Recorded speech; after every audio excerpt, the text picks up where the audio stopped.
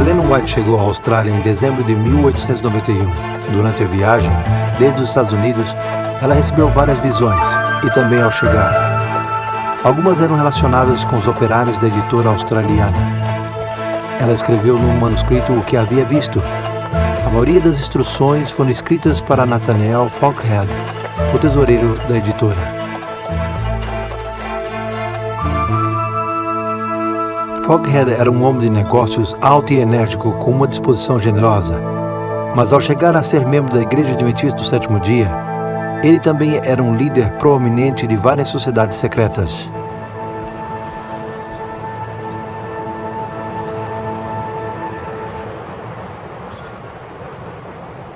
Com o passar do tempo, chegou a estar mais e mais absorto em suas atividades maçônicas e menos envolto em seu trabalho para a igreja.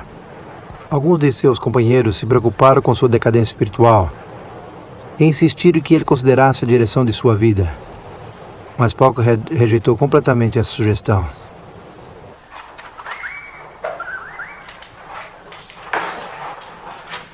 No decorrer desse tempo, Helena escreveu o que lhe tinha sido revelado.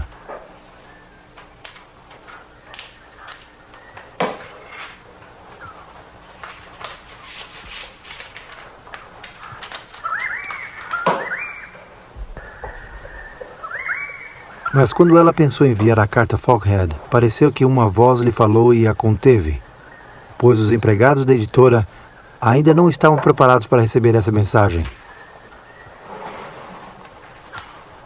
Uns 12 meses mais tarde, o primeiro período letivo da primeira escola adventista da Austrália tinha apenas terminado. Ellen White estava ali para assistir ao encerramento escolar.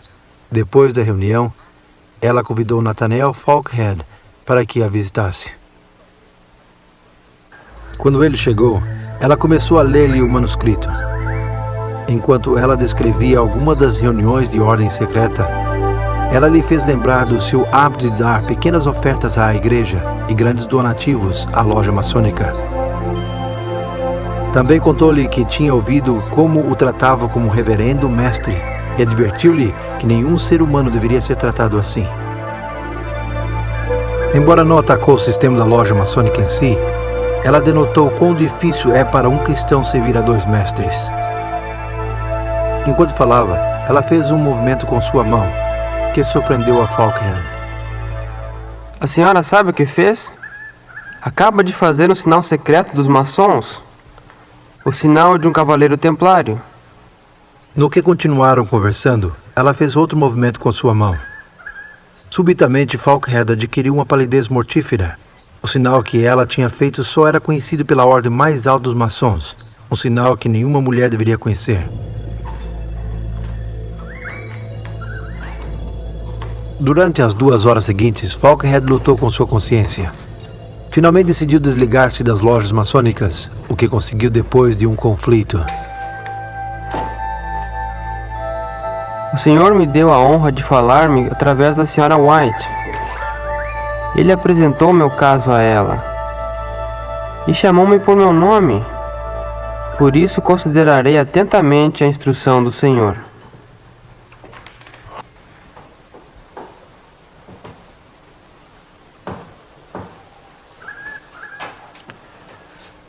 A experiência de Ellen White com Nathaniel Falkhead ilustra alguns aspectos importantes de como o dom de profecia operou nos tempos bíblicos e como continua operando hoje. Primeiro, os profetas recebem informação pelos meios sobrenaturais das visões ou sonhos proféticos que lhes permite ver as pessoas e experimentar acontecimentos fora de seu limite de conhecimento.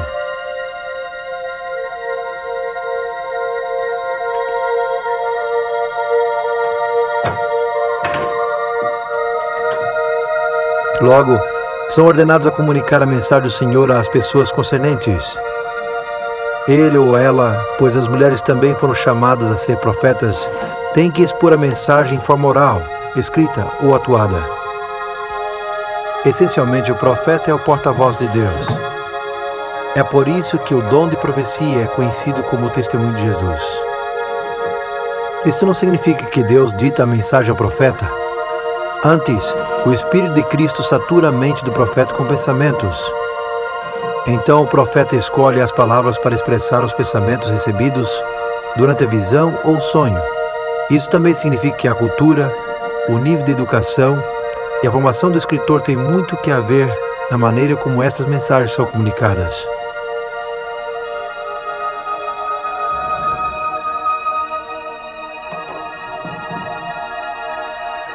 Para expressar seus pensamentos, alguns escritores da Bíblia usaram palavras escritas por outros autores bíblicos.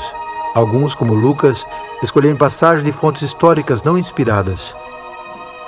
Paulo usou palavras de poetas seculares. Judas e João citaram do livro judeu não bíblico de Enoque. Mas sob a direção do Espírito de Deus, o profeta é inspirado e a mensagem chega a ser a palavra de Deus.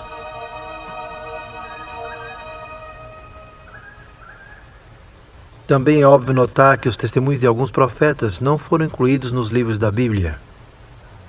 Por exemplo, as mensagens de Natã, Gad, Miriam, Ágapo, Silas e as 4 filhas de Felipe.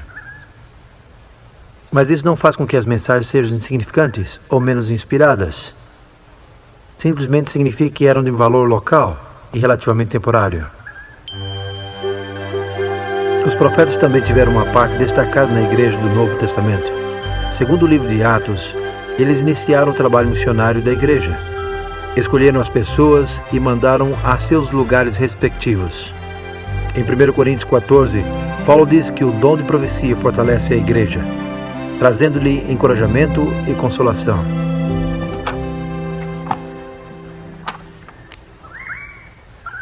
Paulo também escreve em Efésios 4 que os profetas são um dos principais meios que Cristo pôs na igreja para trazer unidade. Portanto, seus conselhos ajudam a proteger a igreja das falsas doutrinas. Segundo Atos 15, os profetas reafirmaram os crentes na verdadeira doutrina da igreja nos tempos de controvérsia religiosa. Mas, sobretudo, Paulo ensina que o propósito primordial do profeta é levar homens e mulheres a Cristo, estabelecendo-os numa relação com Ele. Para ajudar a alcançar essa meta, Jesus predisse através dos profetas do Novo Testamento que essa atividade continuaria na igreja. O testemunho de Jesus não cessaria com o livro de Apocalipse. De fato, os livros de Joel e Apocalipse indicam que o dom de profecia assistiria à igreja especialmente no tempo do fim. É lógico esperar que essa manifestação final do testemunho de Jesus preencherá o mesmo papel e funções como os profetas dos tempos bíblicos. Deus novamente revelará seu propósito por meio das visões e sonhos. Ele também inspirará o mensageiro para que a mensagem guie, repreenda e desafie a igreja. Claro, a pergunta que devemos fazer é: como Ellen White usou esse dom profético em seu ministério para a Igreja Adventista do Sétimo Dia? Em 1860, ela escreveu que quando o Senhor lhe dava uma visão, era levada em presença de Jesus e permanecia inconsciente de seus arredores. Como o profeta Ezequiel, sua atenção durante a visão era a miúdo dirigida às cenas que aconteciam na terra, embora não pudesse ver além daquilo que o anjo lhe mostrava. Às vezes, lhe eram mostrados acontecimentos do futuro, em outras ocasiões, acontecimentos do passado. Muitas vezes, ela não podia lembrar o que havia visto até que começava a escrever. Outras vezes, não podia lembrar nada até estar em contato com as pessoas a quem a visão se aplicava. Então lembrava clara e eficazmente a instrução recebida, ainda que esta lhe tivesse sido mostrada anos antes. Eu dependo do Espírito de Deus tanto para relatar ou escrever uma visão, como para recebê-la. Foram-me mostrados rostos que nunca havia visto, e anos mais tarde os reconhecia ao vê-los. Tenho escrito cartas à meia-noite que têm atravessado o continente e, ao chegar à crise, evitaram grandes desastres para a causa de Deus.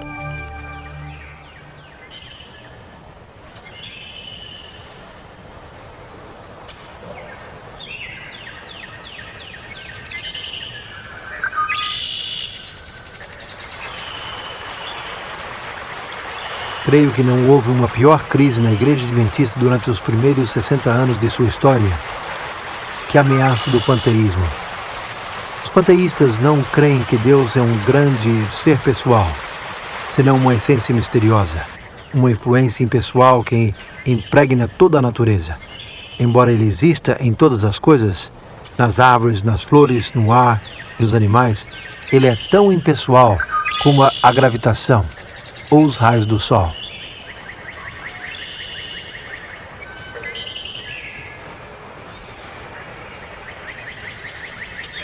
Esta ideia tinha sido adotada e ensinada como uma nova e avançada verdade por alguns dos líderes da igreja de Battle Creek. Na realidade, ameaçava os mesmos fundamentos da opinião bíblica de Deus. O Dr. John Harvey Kellogg, o brilhante doutor e superintendente da instituição médica da igreja em Battle Creek, foi um entre os muitos líderes da igreja que foram atraídos por essa filosofia no começo de 1880. Mas não foi até 1897 que ele introduziu a doutrina em forma pública. Nas reuniões da Conferência Geral em 1899, realizadas aqui na Igreja de Lancaster do Sul, em Massachusetts, as ideias panteístas foram novamente promovidas por vários líderes da igreja. Ellen White ainda se encontrava na Austrália, mas foi ordenada a informar a conferência de vários testemunhos. Um levava o título A Verdadeira Relação entre Deus e a Natureza. A natureza não é Deus, e nunca foi Deus. A voz da natureza testemunha de Deus, declarando sua glória, mas a natureza em si não é Deus. Sendo criada por Deus, ela só rende o testemunho de seu poder. Bem, irmãos, o que acham disso? O momento oportuno dessa mensagem foi relevante. Havia sido escrita aqui na Austrália quase 4 semanas antes do começo da conferência, mas chegou justamente quando necessitada. No entanto, esse não foi o fim do caso. A doutrina panteísta foi logo exaltada no colégio Battle Creek e no sanatório, que estava sob o controle do Dr. Kellogg.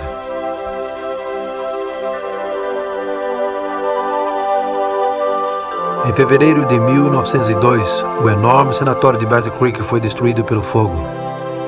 Se necessitava um novo edifício, e para ajudar a assumir as despesas foi sugerido que o Dr. Kellogg escrevesse um livro sobre o cuidado da saúde.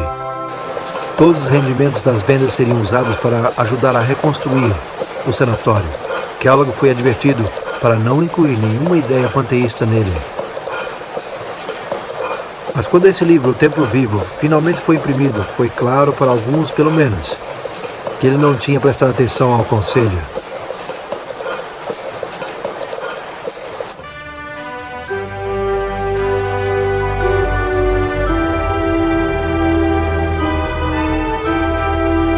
Em 1903, os líderes da igreja decidiram que o concílio anual teria que ser realizado em Washington, D.C. Arthur Daniels, o presidente da igreja, esperava que ninguém fizesse referência ao Templo Vivo ou às ideias panteístas de Kellogg. Mas quando Kellogg e seus adeptos de Battle Creek chegaram, foi evidente que uma confrontação era inevitável. Senhores, o que necessitamos é uma nova interpretação de Deus. E o panteísmo nos dará isto, uma nova experiência religiosa. Não, senhor, irmão Kellogg. De maneira alguma. Acho que o panteísmo debilitará nossa fé. Amém. Amém. E levará a igreja a perder confiança. Você teria a igreja Confiança estagnada? em Deus. Devemos aferrar-nos às nossas tradições. Não. Estivemos aferrando-nos a isso por muito Sua intenção tempo. é levar-nos a pensar que Deus não se interessa por nós. Isso não é verdade? Irmãos, por favor. Nós teremos que suspender essa reunião.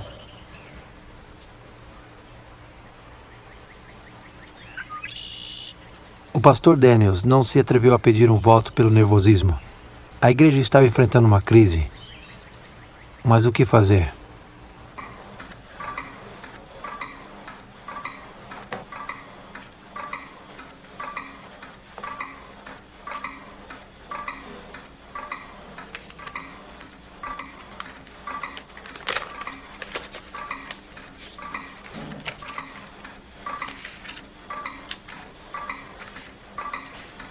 Tenho algumas coisas a dizer sobre o novo livro O Templo Vivo.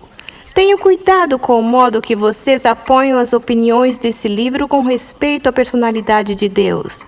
Como o Senhor me apresenta o caso, essas opiniões não têm a sua aprovação.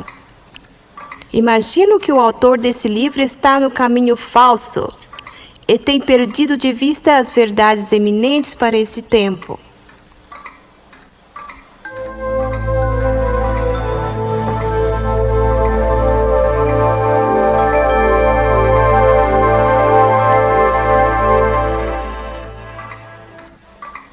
Ellen White tinha escrito a carta em sua casa em Elms Haven, Califórnia, e tinha enviado uma semana antes. Foi apenas uma coincidência que a carta chegasse de tantas milhas de distância no momento mais oportuno? Certamente que Daniels e muitos outros não pensavam assim.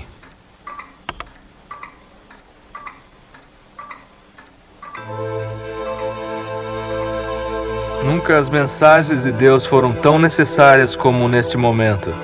E nunca houveram mensagens mais adequadas, enviadas por Ele a seu povo, que a senhora os escreveu. A senhora não pode imaginar a bênção que seu comunicado sobre o templo vivo nos trouxe. Chegou no momento exato. O conflito foi severo, mas sua mensagem chegou e resolveu a controvérsia.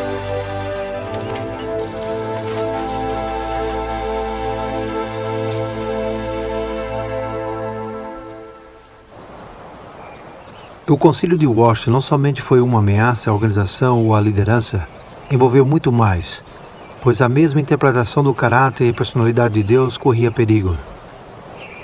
Por isso, Ellen White decidiu incluir algum material sobre o assunto em 2 dos seus livros que estava escrevendo. O 8º volume de Testemunhos para a Igreja contém mais de 80 páginas sobre Deus, a natureza e a relação entre ambos. No Ministério de Cura, ela escreveu um capítulo titulado O Conhecimento Essencial, que enfatiza a importância de conhecer o Deus que controla o universo. Isso sempre foi de suprema importância para Ellen White. O objetivo constante de seus sermões e escritos perante o mundo era enaltecer a Jesus e seu amor. Infelizmente, isso nem sempre estava em primeiro lugar para a igreja. Tomemos a igreja daqui em Battle Creek. A nenhuma igreja desse tempo ela informou mais que a esta. Os Adventistas do Sétimo Dia começaram sua obra nessa cidade de Michigan em 1852, quando José Bates, o capitão de barco, visitou a cidade buscando um homem mais honesto do povoado. Leonardo Stewart, o gerente do correio, o levou a Davi Wood, um vendedor ambulante presbiteriano. Bates o convenceu a importância de guardar o sétimo dia e o sábado, e Whit chegou a ser o primeiro adventista que guardou o sábado em Battle Creek.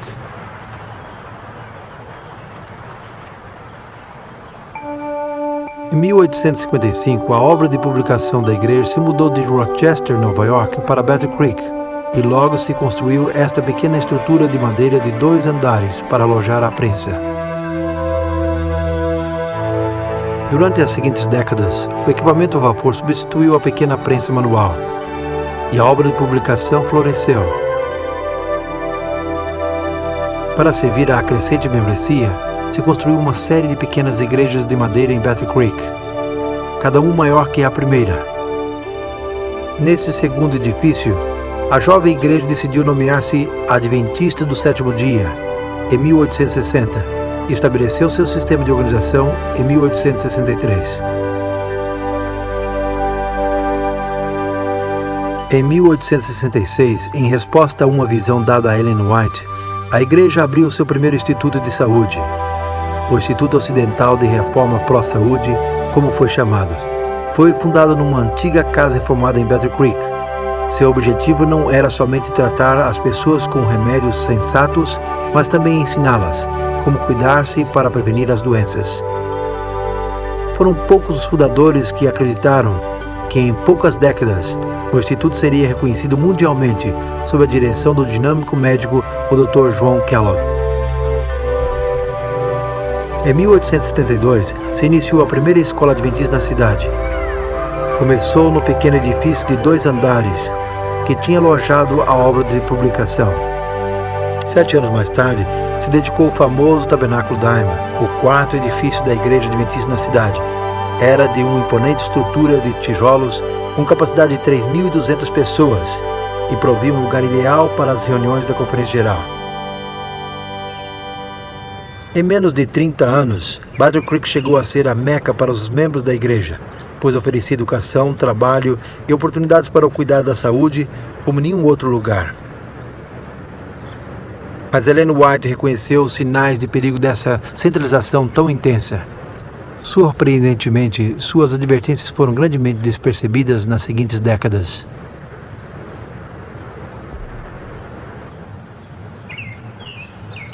No fim de 1890, a editora Review and Herald era a maior do estado de Michigan. O sanatório no Morro, de fama mundial, tinha quase 1.000 empregados. Mais de 2.000 membros da igreja e visitas se reuniam no Tabernáculo Daim cada sábado.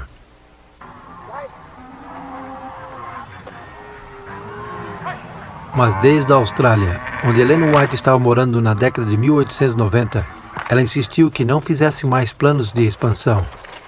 Viu a necessidade de construir pequenas instituições em diversas áreas. Também sabia pelas visões recebidas que grandes mudanças estavam a ponto de ocorrer no mundo.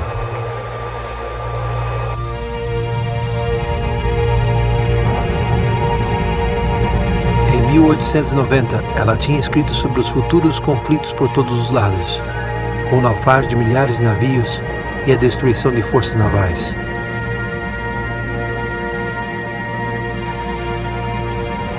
Seres humanos seriam sacrificados aos milhões, ela disse. Confusões, colisões e mortes ocorreriam inesperadamente nos grandes meios de transporte.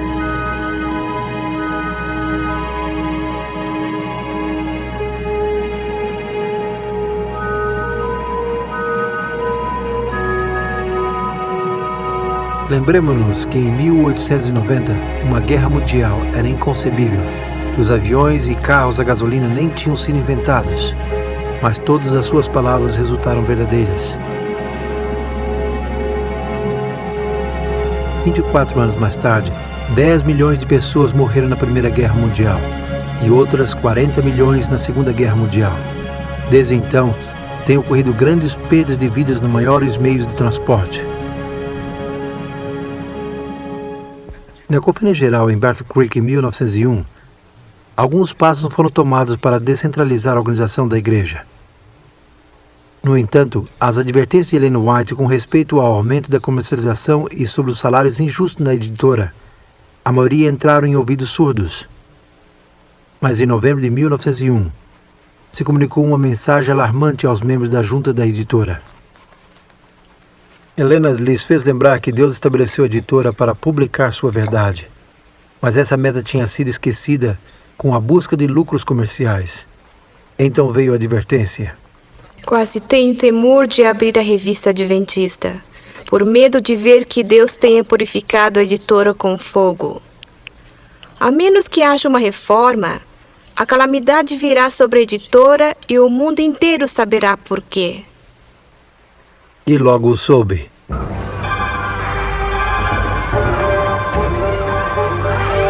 Na noite de 30 de dezembro de 1902, o edifício principal da editora foi reduzido a cinzas.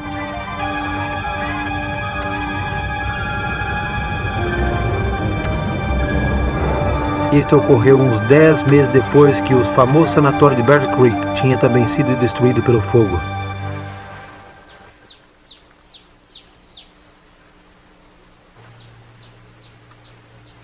Desde Califórnia, quando Ellen White recebeu a notícia do incêndio, ela escreveu aos líderes de Battle Creek, expressando a sua profunda tristeza pela grande perda que a igreja tinha sofrido. Não estou surpreendida por essa triste notícia, pois nas visões da noite vi um anjo de pé sobre Battle Creek com uma espada de fogo.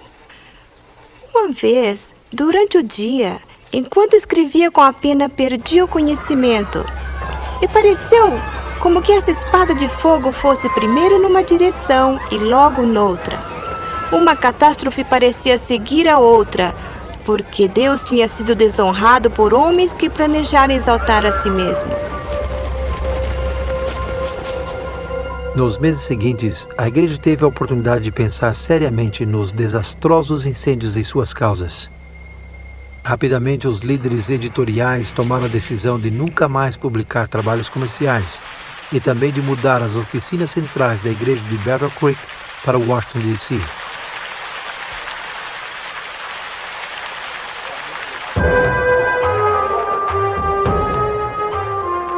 Nos tempos bíblicos, o profeta, sendo o porta-voz de Deus, muitas vezes falava claramente e dava mensagens de advertência ao povo de Deus, chamando ao arrependimento. Essas mensagens nunca eram populares, porque quase sempre atacavam o egoísmo, o orgulho e o amor ao poder. Em Apocalipse 3, Jesus escreveu a uma das suas igrejas: "Eu repreendo e disciplino a quantos amo." Deus é o mesmo hoje.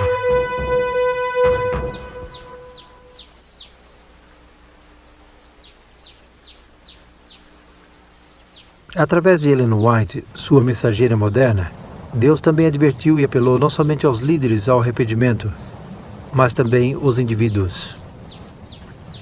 Stephen Smith e sua família aceitaram a mensagem adventista em 1850 e adoraram a Deus junto com os que guardam o sábado aqui em Washington, Nova Hampshire. No entanto, pouco depois, Smith caiu sob a influência do que se chamava a Nova Luz e começou a pregar suas ideias. Ele tornou-se ofensivo e crítico da liderança da igreja, especialmente de Jaime e Ellen White. No fim de 1851, o nome Smith foi retirado da igreja com relutância, por causa das suas ideias discordantes e mordazes. Ele gastou os 30 anos seguintes unindo-se a diferentes grupos rebeldes, e apesar de receber advertências concernentes às doutrinas sem fundamento que esses grupos ensinavam, ele não sentiu necessidade de conselhos. Mas Deus ainda o amava. E numa visão ele revelou a vida e o futuro de Stephen Smith e Ellen White. No fim de 1850, Helena escreveu o que lhe tinha sido mostrado e concluiu com um chamado para que ele voltasse a Deus. Quando Smith recebeu a carta, se zangou e declarou que não queria nenhum testemunho de Ellen White. Guardou a carta no baú e se esqueceu dela. Nesse meio tempo, Smith seguiu com seu crítico hábito. Um amigo disse que ele tinha a língua mais maldosa e fulminante que ele conhecia. E desse jeito ele desperdiçou os que poderiam ter sido os melhores anos de sua vida. Então, em 1884, sucedeu que ele recolheu uma cópia do jornal da igreja, a Revista do Advento e da Proclamação do Sábado. Seus olhos viram um artigo de Ellen White. Ao lê-lo, ele se impressionou com a verdade.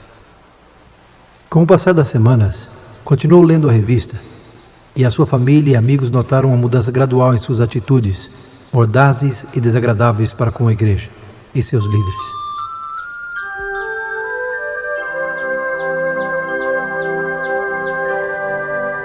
Um ano mais tarde, Eugene Farnsworth foi convidado a pregar de novo aqui, em sua igreja natal. Seu velho amigo, Stephen Smith, agora com 78 anos de idade, decidiu assistir à reunião no sábado pela manhã. Farnsworth pregou deste púlpito sobre a origem do movimento adventista na profecia bíblica. As positivas e confiantes palavras de Farnsworth afetaram profundamente a Smith. Durante a semana seguinte, Smith se lembrou da carta que tinha recebido de Ellen White tantos anos atrás. Ao abri-la, ele leu sobre o que sua vida seria se continuava nesse caminho que havia tomado. No entanto, o que tinha sido uma predição, quando a carta foi escrita, era agora uma história. Sua história um registro de como ele havia vivido por causa de não mudar os seus hábitos.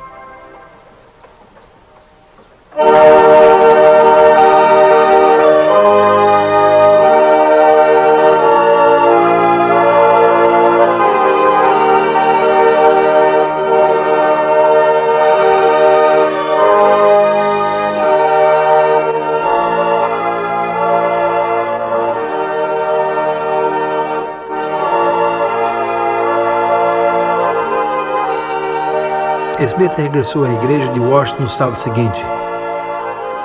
Farnsworth, que ainda não sabia nada sobre essa experiência, tinha preparado um sermão sobre o dom de profecia na igreja adventista.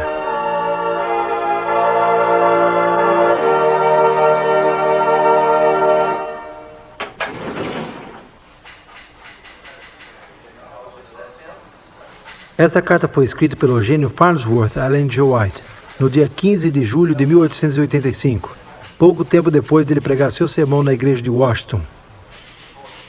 Menciona como depois do sermão, Smith pôs-se de pé e relatou a história do testemunho que ele tinha recebido 25 anos antes, e como ele não o tinha lido até quinta-feira anterior. Sua verdade o havia convencido. Nessa ocasião, Farnsworth registrou as palavras de Smith desta maneira: se eu tivesse considerado o testemunho que Deus me enviou, todo o curso de minha vida teria mudado, e eu teria sido um homem bem diferente. Qualquer homem que é honesto deve dizer que os testemunhos sempre conduzem o homem a Deus e à Bíblia. Profundas palavras de um de seus piores ex-críticos. Vendo o impacto evidente sobre os indivíduos e a igreja através dos anos, muitos se perguntaram como os escritos inspirados de Ellen White se relacionam com a Bíblia neste mundo contemporâneo. Será que, por ser mais recentes, substituem as Escrituras? São eles de alguma maneira uma adição? Talvez a mesma Ellen White mereça dar a resposta a isto. Se tivesses feito da palavra de Deus vosso estudo, não necessitarias desses escritos. É porque haveis deixado de instruir-vos com o livro inspirado de Deus, que ele tem buscado alcançar-vos com testemunhos simples e diretos. Não intentam dar nova luz, senão impressionar vividamente o coração com as verdades de inspiração já reveladas. Porque se tem prestado pouca atenção à Bíblia, o Senhor tem enviado uma luz menor para guiar homens e mulheres à luz maior.